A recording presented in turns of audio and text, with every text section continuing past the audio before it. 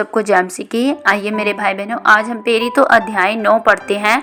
शाऊल का हृदय परिवर्तन। शाऊल जो अब तक प्रभु के चेलों को धमकाने और घात करने की धुन में था, महायाजक के पास गया और उसने दमिश्क के आराधनालयों के नाम पर इस अभिप्राय की चिट्ठियां मांगी कि क्या पुरुष क्या स्त्री जिन्हें वह इस पंथ पर पाए उन्हें बांध कर यरूशलेम ले आए। परंतु चलते चलते वह दमिश्क के निकट पहुंचा तो एकाएक आकाश से उसके चारों ओर ज्योति चमकी और वह भूमि पर गिर पड़ा और यह शब्द सुना, हे शाऊल, तू मुझे क्यों सताता है। उसने पूछा, हे प्रभु, तू कौन है। उसने कहा, मैं यीशु हूँ जिसे तू सताता है। परंतु अब उठकर नगर में जा और जो तुझे करना है वह तुझसे कहा जाएगा। जो मनुष्य उसके साथ थे वे अवाक रह गए, क्योंकि शब्द तो सुनते थे परंतु किसी को देखते न थे। तब शाऊल भूमि पर से उठा, परंतु जब आंखें खोली तो उसे कुछ दिखाई न दिया और वे उसका हाथ पकड़ के दमिश्क में ले गए। वह 3 दिन तक न तो देख सका, न खाया और न पिया। दमिश्क में हन्याई नामक एक चेला था। उससे प्रभु ने दर्शन में कहा, हे हन्याई। उसने कहा, प्रभु। तब प्रभु ने उससे कहा, उठकर उस गली में जा जो सीधी कहलाती है, यहूदा के घर में शाऊल नामक एक तरसुमसी जो पूछ, क्योंकि देख वह प्रार्थना कर रहा है।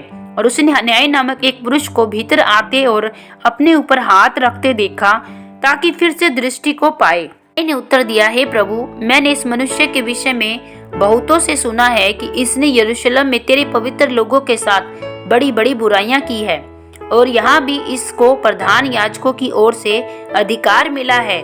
जो लोग तेरा नाम लेते हैं उन सबको बांध ले। परंतु प्रभु ने उससे कहा, तू चला जा, क्योंकि वह तो अन्य जातियों और राजाओं और इजरायलियों के सामने मेरा नाम प्रकट करने के लिए मेरा चुना हुआ पात्र है। और मैं उसे बताऊंगा कि मेरे नाम के लिए उसे कैसा कैसा दुख उठाना पड़ेगा।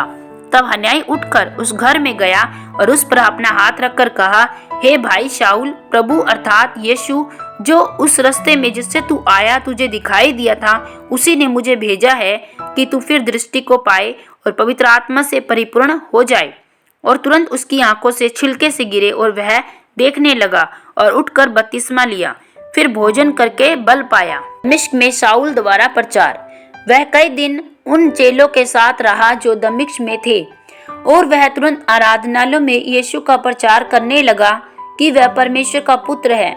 सब सुनने वाले चकित होकर कहने लगे, क्या यह वही व्यक्ति नहीं जो यरूशलेम में उन्हें जो इस नाम को लेते थे नष्ट करता था और यहाँ भी इसीलिए आया था कि उन्हें बांधकर प्रधान याजकों पास ले जाए। परंतु शाऊल और भी सामर्थी होता गया और इस बात का प्रमाण दे देकर कि मसीह यही है, दमिश्क के रहने वाले यहूदियों का मुंह बंद करता रहा।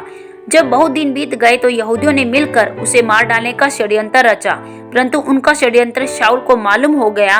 वे तो उसे मार डालने के लिए रात दिन फाटकों पर घात में लगे रहते थे।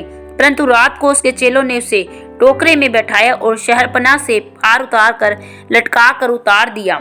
यरूशलेम में पहुंचकर उसने चेलों के साथ मिल जाने का प्रयत्न किया, परंतु सब उससे डरते थे, क्योंकि उनको विश्वास नहीं होता था कि वह भी चेला है। परंतु बरनबास ने उसे अपने साथ प्रेरितों के पास ले जाकर उनको बताया कि इसने किस रीति से मार्ग में प्रभु को देखा और उसने इससे बातें की।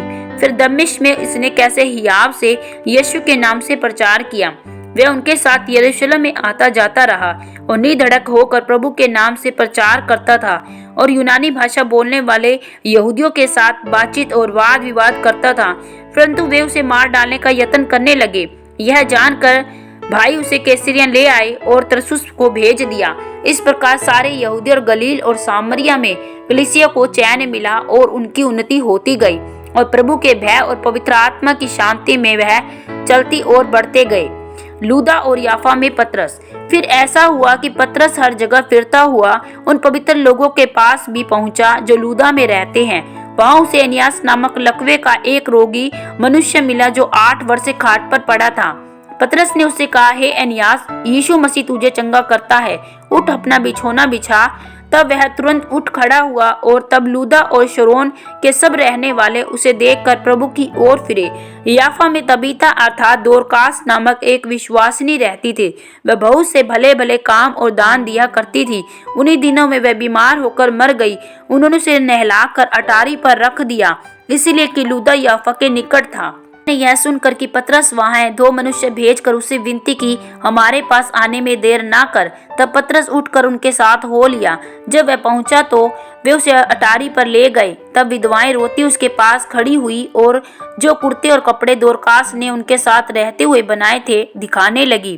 तब पतरस ने सबको बाहर कर दिया और घुटने टेक कर प्रार्थना की और शव की ओर देखकर कहा, हे तबीता उठ। तब उसने अपनी आंखें खोल दी और पतरस को देखकर उठ बैठी। उसने हाथ देकर उसे उठाया और पवित्र लोगों और विधवाओं को बुलाकर उसे जीवित दिखा दिया। यह बात सारे याफा में फैल गई और बहुतेरों ने प्रभु पर विश्वास किया।